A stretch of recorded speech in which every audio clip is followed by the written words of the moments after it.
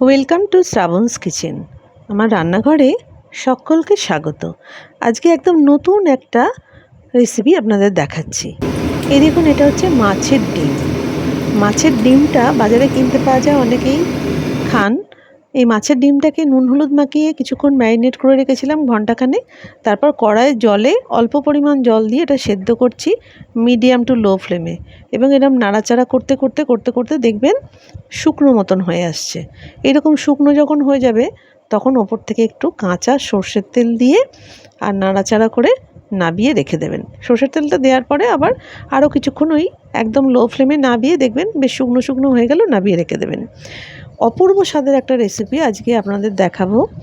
সেই রেসিপিটা যে কোনো ঘরোয়া অনুষ্ঠানেও, ঘরোয়া আর কি নিজেদের লোকেরা এলেও আপনারা পরিবেশন করতে পারেন। এখানে দেখুন জিরে ফোড়ন দিয়েছি, কড়াই সর্ষের তেল দিয়েছি প্রায় 4 টেবিল চামচ মতন, এবং তার মধ্যে জিরে ফোড়ন দেওয়ার পরে ধনে, জিরে আর হলুদ গুঁড়ো দিচ্ছি। আর এখানে মাছের ডিম যেটা সেদ্ধ করে রেখেছিলাম ঝুরঝুরে করে রাখা আছে। এবার দেখুন এর মধ্যে আমি ছোট ছোট করে কেটে রাখা পেঁয়াজ কুচি দিয়ে দেবো। পেঁয়াজ কুচোগুলো দিয়ে ভাজবো, আর রসুন কুচোও দিয়ে দেবো। দিয়ে প্রথম এই ভাজাটা করে নেওয়ার পরে বাকি মশলাগুলো মেশাবো। আর কাঁচা লঙ্কা বাটাও দিতে পারেন আর কুচোও দিতে পারেন। আমি এখানে কাঁচা লঙ্কা কুচো করে দিয়ে দিয়েছি। এত অপূর্ব সুন্দর খেতে হয় এটা। আপনারা তো ডিমের ভুজিয়া খেয়েছেন, অনেকেই ডিমের ভুজিয়া রেসিপি বানাতে জানেন। এটা আজকে মাছের ডিমের ভুজিয়া করছি। এত অপূর্ব খেতে হবে, আপনারা রেসিপিটা ট্রাই করে অবশ্যই দেখবেন, এবং ভালো লাগলে আমার চ্যানেলটা লাইক শেয়ার সাবস্ক্রাইব করে দেবেন। সঙ্গে থাকার অনুরোধ রইল।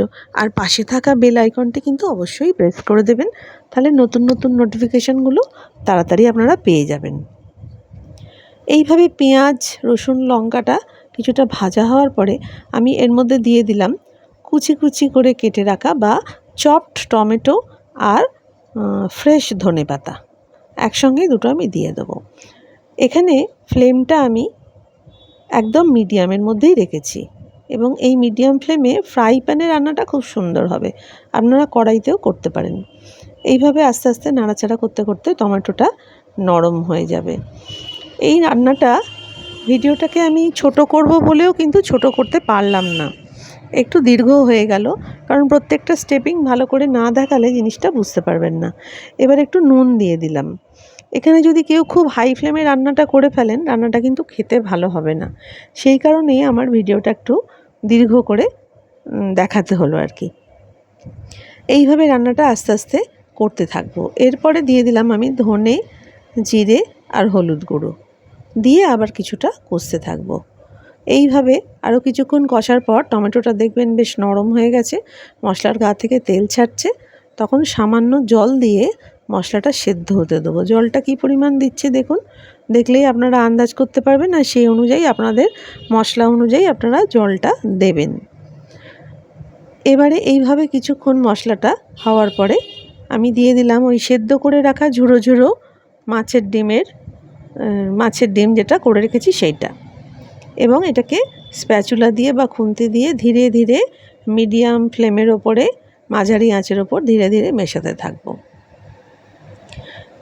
এরপরে এর ওপরে আমি দিলাম সামান্য 2-4 ফোঁটা লেবুর রস, আর আমি দিয়ে দিলাম দুটো চেরা কাঁচা লঙ্কা। ঝালের প্রয়োজন বেশি হলে তারা এটা খাবার সময় ব্যবহার করতে পারবেন।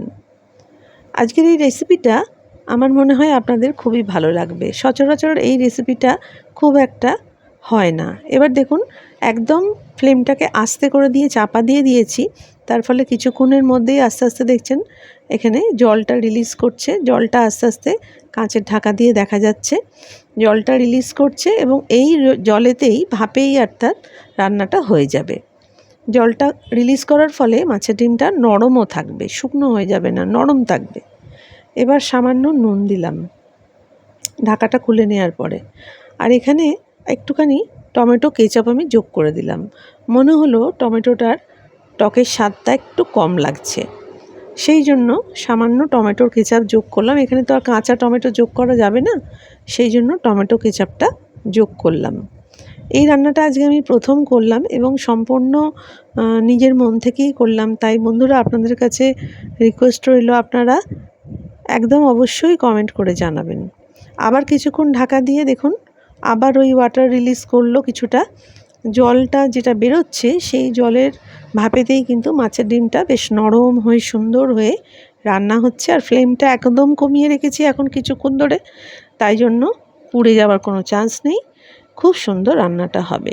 এখানে একটু ম্যাগি মশলা সামান্য আপনারা চাইলে দিতে পারেন, খুব সামান্য, এটা স্কিপ করতেও পারেন এবং সেটা খুবই সামান্য, মানে আমি বলবো 1/4 টিস্পুন এরকম দিতে পারেন। আর একটুখানি দেবেন গরম মশলা, এখানে আজকে আমি ছাই গরম মশলা ব্যবহার করেছি। দিয়ে তারপরে আস্তে আস্তে আবার মাছের ডিমের ভুজিয়াটাকে নাড়াচাড়া করব। দেখুন আস্তে আস্তে কী সুন্দর রঙটা হয়ে যাচ্ছে এবং টেক্সচারটাও কী সুন্দর হয়ে যাচ্ছে। দুর্দান্ত স্বাদের এই মাছের ডিমের ভুজিয়া রান্নাটা আজকে আপনাদের সঙ্গে শেয়ার করলাম। এই নিয়ে আমি 3 বার ঢাকা দিলাম কষতে কষতে, আবার 3 বার ঢাকাটা খুলে আবার কষছি। দেখতেই পাচ্ছেন বন্ধুরা, এই কারণেই ভিডিওটাকে পুরোটাই আমি একটু ফাস্ট ফরওয়ার্ড করে নিয়ে পুরো ভিডিওটা দেখাবার চেষ্টা করেছি, যাতে আপনাদের রান্না করতে একদম না অসুবিধা হয়। এইবারে দেখুন আমি এইবারে লাস্টের পর্যায়ে চলে এসেছি। এখন সমস্ত ভুজিয়াটাকে সুন্দর করে গুছিয়ে ঢাকা দিয়ে কিছুক্ষণ রেখে দিতে হবে। একটু ঢাকা দিয়ে রাখলে ভুজিয়াটা খেতে ভালো হবে। তারপরে আপনারা গরম গরম উষ্ণ গরম পরিবেশন করে দেবেন। খুব বেশি গরমও ভালো লাগবে না আমার মনে হয়, তবে এটা ব্যক্তিগত পছন্দ। তাহলে আজকের মতন বিদায় নিলাম, সঙ্গে থাকবেন, ভালো থাকবেন, নমস্কার।